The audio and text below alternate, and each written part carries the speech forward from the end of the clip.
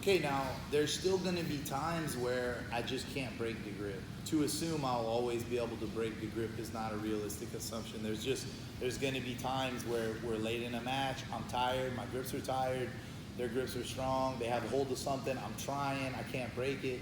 The last thing I want to do is abandon everything, right? There are some options I can utilize still to effectively finish, even though I can't break the grip. Everybody understand what I'm saying? So let's go over those scenarios so we can make sense of them. Right here, yeah. So we get to this position where I'm knee over and I'm pinching. And AJ's grip is just kind of tight. Everybody understand? What I like to do here whenever I start to feel like I can't break this grip, I'm gonna kind of start to come inside and get his lapel out. And I want to use the lapel on the same side of the Kimura arm. I understand? Now his was tucked in deep under his belt. All I did was just kind of bring my hand over the top and pop it out. And look what happens. Pop it out. And I make that grip real tight. Now, this is what a lot of people do. They make the grip where their wrist is up. And they start trying to choke and their wrist gets tweaked real bad when they have this like horse rider grip. Everybody understand? I see it happen to people all the time. Josh teaches it like this sometimes. And I've been here with him on the bottom and I've kind of tweaked his wrist a little bit.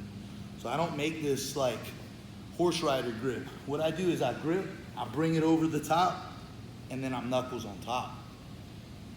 That's a small detail, but it's a big thing.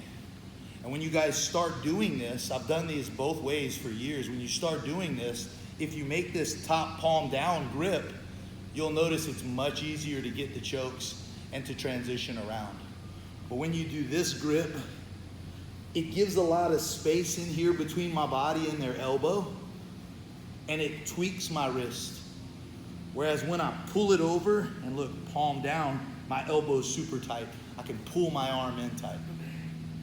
So I want you to be looking at the back of your hand. Okay? And I've learned this from this position specifically, doing this. I've torn the transverse tendon in this wrist and this wrist. And that sucks. So I do this now. You can do whatever you want. But that's just my advice. Okay? But once I get here, it's really tough for AJ to move that arm out. He's still got his grip, but I don't really care. I'm gonna push my weight heavy kind of on top of him, and I take my thumb and I go straight back into his collar. Now, I'm gonna step off. Now look at my grip. Everybody see my grip now? That was awesome. Everybody see my grip now on top? That's comfortable. What if we were like this? This is uncomfortable. But this is great. And as I step off, I kick my right leg back and I drop my elbow to the mat. I'm not choking AJ very tight on purpose. Oops, sorry. Trying not to choke AJ very tight on purpose. But when I get here, if they're still not tapping, okay, what I do is I hold tight, I get my head to their chest, and I use my elbow to drive his head towards his free hand.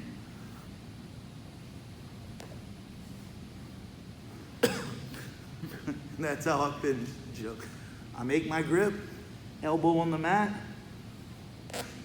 Now, just think if I'd have kept it tight from the top, right? Everybody understand? So it's not like they survived this choke. So let's look at that one again. I'm here. I got this grip. Let's tuck it back under just because it happens that way. We don't have the advantage, right? I'm stuck kind of like this. I run my hand over and I pop it out. Hand comes over. See how it would be easy to do this? It is easy to do this. It just doesn't work as well later. So as I come over, I strap, then I'm on top. Try it both ways. This grip for me works 1,000 times better. Then I drive my weight into him and I find the collar. Then I'm off. Elbow down, pressure, my head's low. And I finish this choke from the top. And he never let go of his grip. Make sense? Okay. On 3. 1, 2, 3.